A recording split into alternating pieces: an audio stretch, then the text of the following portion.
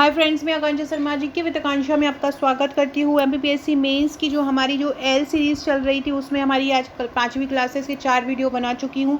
2022-23 के लिए ये मेंस के लिए क्लासेस हैं, नहीं देखे हैं तो देख लीजिएगा। डिस्क्रिप्शन बॉक्स में एमपीपीएससी मेंस नाम से इसकी लिस्ट मिल जाएगी। आज हम पढ़ने वाले हैं प्राचीन इतिहास। प्राचीन इतिहास में हम पढ़ेंगे जो जैन धर्म, बौद्ध धर्म जैसे ही एंड होने वाला था, 6वीं शताब्दी स्टार्ट होने वाली थी, उससे संबंधित आज हम एक वीडियो पढ़ेंगे। उस कल में भी उसी से संबंधित प्रश्न पढ़ेंगे, जिससे मैं आपको ये पढ़ा रही हूँ। मेरे प्राचीन इतिहास की नोट्स की बुकलेट है और एक सेकेंड रुकिएगा। जो मेरी प्राचीन इतिहास की मेंस की बुकलेट है उसमें से ही मैं ये करा रही हूँ, उसमें से ही क्वेश्चन लेके आपको ये वीडियो बनाए जाते हैं। अगर ये आप इसकी सॉफ्ट कॉपी लेना चाहते हैं तो 250 रुपये में आप प्राचीन इतिहास की सॉफ्ट कॉपी भी परचेस कर सकते हैं।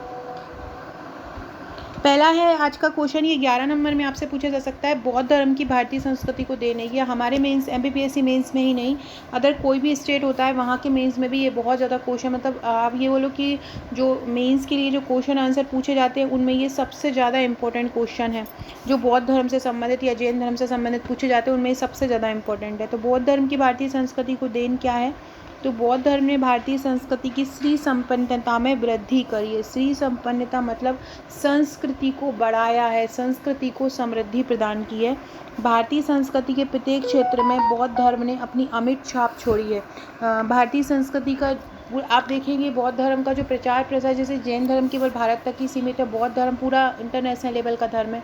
पूरे विश्व में भारत की को जो संस्कृति को बढ़ाया है वो बौद्ध धर्म ने ही बढ़ाया है।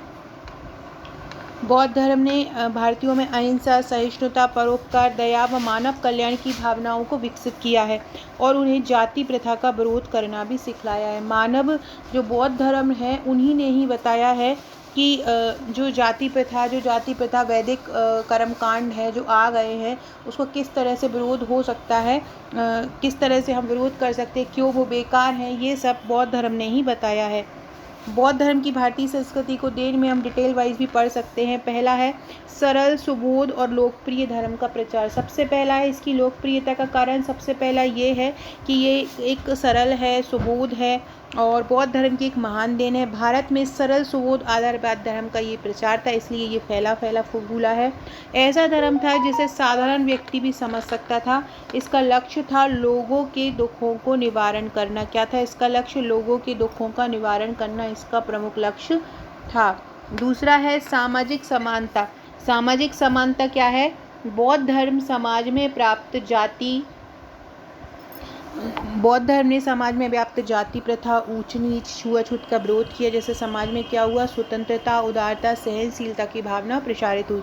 दूसरा सामाजिक समानता। तीसरा है सहिष्णुता। महात्मा बुद्ध ने अपने धर्म प्रचार सौम्य और विशाल हृदय के जो अपना प्रचार करते थे वो सौम्य हृदय से करते थे, विशाल हृदय से करते थे, बहुत सौम्यता से करते थे, जिससे और वह कभी दूसरे धर्मों की निंदा नहीं करते थे। उनके विचार सहिष्णु और उदार थे।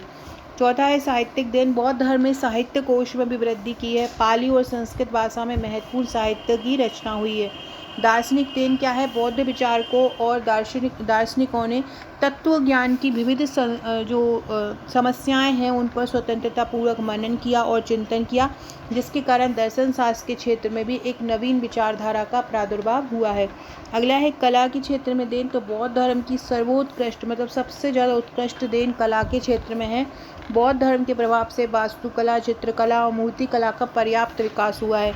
अजंता, एलोरा, बारम्बारा बाग की गुफाओं बौद्धकालीन स्थापत्य कला की ही और चित्रकला की ही अनुपम कृतियाँ हैं। अगला है विदेशों में भारतीय संस्कृति का प्रसार। तो वास्तव में बौद्ध धर्म ऐसा धर्म था जिसने देश की सीमाओं को पार कर विदेशों में अपना प्रभुत्व स्थापित किया। निम्न बिंदुओं से हम समझ सकते हैं कि बौद्ध धर्म ने हमारी भारत की जो संस्कृति है उसकी सी समृद्धि में वृद्धि की है। इस प्रकार से आप इसको हेडिंग डाल के 11 नंबर में लिख सकते हैं। अगर ये आपसे 5 नंबर में आता है तो 5 नंबर में आप लिख सकते हैं ऐसे कि साहित्य में वृद्धि करी है और दार्शनिक देन है, जाति प्रथा का विरोध किया है, सरल धर्म है। इस प्रकार से आप महात्मा बुद्ध का जो तरीका है वो सौम्य था, तो इस प्रकार से आप 5 नंबर में भी इस आंसर को लिख सकते हैं। अगला क्वेश्चन है बौद्ध धर्म और जैन धर्म में समानता है। फ्रेंड्स, आगे बढ़ने से पहले अगर आप हमारा मेंस का पैकेज लेना चाहते हैं, इसी प्रकार ये हैंड रिटन नोट्स आपको मिलते हैं। हैंड रिटन नोट्स में आपको टोटल 44 बुकलेट मिलती हैं, जिसमें 12 बुकलेट 3 नंबर की रहती हैं और 32 बुकलेट इसमें 5 नंबर और 11 नंबर की रहती है। बहुत ही सरल भाषा में hand written flow chart diagram सहित प्रश्नोत्तर श्रृंखला के ये नोट्स हैं। और इसमें ये आप अगर सॉफ्ट कॉपी लेना चाहते हैं तो आपको व्हाट्सएप पर ही PDF के थ्रू ड्राइव में मिल जाएगा, और अगर आप इसको अपने घर मंगाना चाहते हैं तो आपके घर पर भी पहुंच जाएगा। 7 से 8 वर्किंग डेज़ में आप कहीं भी रहते हो ये पहुंच जाता है। भारत में कहीं भी आप रहते हो ये पहुंच जाता है। और ये एक बॉक्स में आपको कम से कम 15 से 20 किलो का एक बॉक्स रहता है, जिसमें प्री मेंस का, अगर आप प्री मेंस का लेना चाहते तो प्री मेंस का आ जाता है, या अगर आप मेंस का लेना चाहते तो मेंस का बॉक्स आ जाता है। इस प्रकार का बॉक्स आपके पास पहुंचता है। अलग अलग यूनिट की अलग अलग बुकलेट होती हैं, जैसे कि पेपर 3rd की जितना भी यूनिट है उनकी अलग अलग बुकलेट रहेंगी।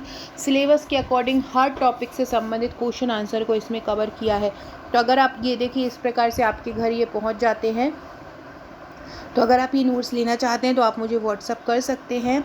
और सबसे मेन बात, इनके साथ आपको एक व्हाट्सअप का एक नहीं 25 व्हाट्सअप के पेड ग्रुप दिए जाते हैं मेंस के पैकेज के साथ, जहां पर आपकी तैयारी करवाई जाती है। वहाँ सब्जेक्ट वाइज ये ग्रुप रहते हैं, उन्हीं को मिलते हैं ये ग्रुप जो हमारे नोट्स लेते हैं। इसके अलावा अभी नई वैकेंसी आने वाली है महिला सुपरवाइज़र के, उसके भी नोट्स तैयार हो चुके हैं। 1399 उस नोट्स का प्राइस है, प्लस कुरियर अलग है। तो अगर आप ये लेना चाहते हैं सुपरवाइज़र के नोट्स, हमारे MPPSC मेंस के नोट्स या MPPSC प्री के नोट्स, तो आप हमें व्हाट्सअप कर सकते हैं। मेंस के नोट्स का हमारी यही जो स्पेशलिटी है कि हमारे नोट्स हैंड रिटन रहते हैं, प्रश्नोत्तर श्रृंखला में रहते हैं, फ्लो चार्ट डायग्राम सहित रहते हैं, तो आप इन्हें परचेज़ कर सकते हैं। बौद्ध धर्म और जैन धर्म में समानताएं क्या है? तो सबसे पहले दोनों का उदय जो है वो 6वीं शताब्दी में हुआ है। उत्पत्ति दोनों की भारत के उत्तर पूर्वी भाग में दोनों की उत्पत्ति हुई है। और दोनों धर्म अनीश्वरवादी थे। अनीश्वरवादी मतलब जो ईश्वर को नहीं मानते थे। दोनों धर्म हिंदू धर्म के कर्म कांडों के खिलाफ थे, मतलब हिंदू धर्म के जो कर्म कांड थे, दोनों ही धर्म ऐसे थे जो उनके खिलाफ थे। वर्ण व्यवस्था का दोनों धर्म ने विरोध किया है। अहिंसा पर बल दिया है। नैतिक आचरण और सदाचार पर बल दिया है। धर्मों के प्रवर्तक दोनों में ये समानता थी कि दोनों ही धर्म के जो प्रवर्तक थे वो क्षत्रिय थे, और वेदों में यह विश्वास व्यक्त करते थे। पुनर्जन्म सिद्धांत को इन्होंने इसमें स्वीकारा है। सादा एवं पवित्र जीवन जीने को ये प्रोत्साहित किया।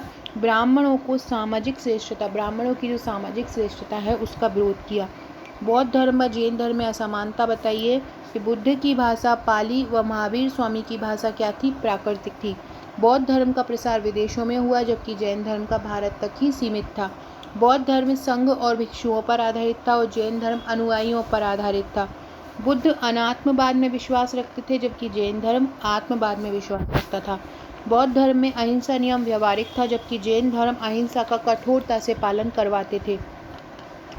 बौद्ध धर्म अष्टांगिक व जैन धर्म त्रिरत्न को महत्व देता था। अब बौद्ध संगीति पे लेख लिखो तो इसमें सभी बौद्ध संगीति आ जाएंगी। पहली कहाँ पे हुई थी, इसके शासक कौन थे अध्यक्ष, दूसरी कहाँ पे इसके शासक अध्यक्ष, ये इस प्रकार से ये 3 नंबर में आपसे पूछा जा सकता है और 5 नंबर में भी पूछ सकते हैं। बोधिसत्व और धर्म चक्र प्रवर्तन को समझाओ। तो बोधिसत्व क्या है? मोक्ष प्राप्त करने वाले ऐसे व्यक्ति जो मुक्ति के बाद भी मानव जाति को दुखों से छुटकारा दिलाने में सहायता करते हैं, बोधिसत्व कहलाते हैं। और धर्म चक्र प्रवर्तन क्या होता है? गौतम बुद्ध द्वारा ज्ञान प्राप्ति के बाद दिया गया प्रथम उपदेश धर्म चक्र प्रवर्तन कहलाता है। ये कहाँ पे दिया था? प्रथम सारनाथ में। त्रिपिटक पर टिप्पणी लिखो। त्रिपिटक क्या होता है? तो बौद्ध धर्म के आधारभूत एवं मुख्य ग्रंथ को त्रिपिटक कहते हैं। ये ग्रंथ जो होते हैं 3 होते हैं, सुत्त, विनय और अभिधम्म। ये 3 जो है त्रिपिटक कहलाते हैं। सुत्त का मतलब होता है इसमें बुद्ध धर्म के उपदेश शामिल हैं। इसका संकलन बुद्ध के शिष्य जो था आनंद, उन्होंने इसको संकलन किया था। अगला है विनय पिटक।